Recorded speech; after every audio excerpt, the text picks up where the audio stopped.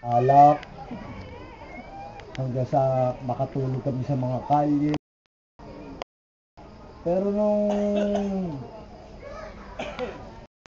namin si Sister Gloria, sila ang nagindahan kasi kapatid sila ni Brother Eddie Ipol.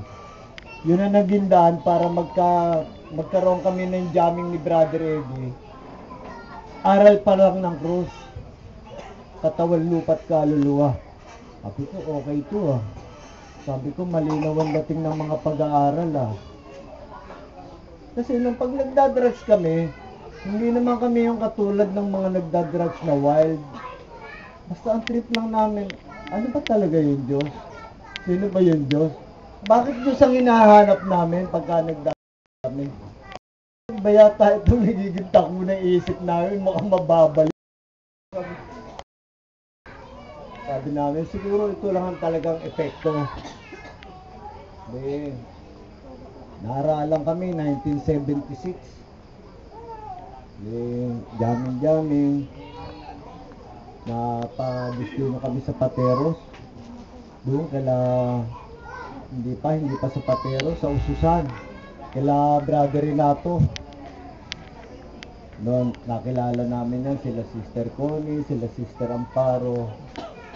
Doon kami nagsimula magpalaganap ng Black Rosary. Sila Brother Ray, saka si Brother Jim, matagal na nakilala na rin namin yan, hindi nagtagal, nakilala na namin yan. Mga nakasama namin yan sa Santo Rosario, Pateros. Si Brother Ray Bisaya naman nakasama namin sa Bagong Bayan. Kami magkapo, may nila Brother Renato yan. Mark, Lino Ray. Malakas ang team. Marami kaming binuksang lugar.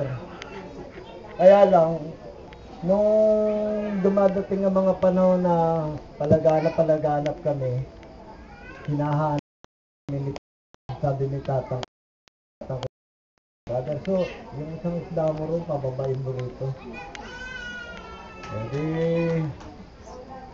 Hindi kami sinasama kagad ni Brother So dahil papasok ng Christmas. Tapos, kung kailan mag-New Year, saka kami dinala ni Brother So. Naku, mga kapatid, napakasaklap na pangyayari talaga. Hindi namin makakalimutan sa tanang buhay namin yun. Yung mga pangyayari na yun, na pagpasok namin doon sa Kalilagin na yun, sa Medyo Masalang, pinag-oblate kami ni Tata. Hubad! Ba't kaya? Di hubad! Hubad kami ng t-shirt. Pantalon, hubad!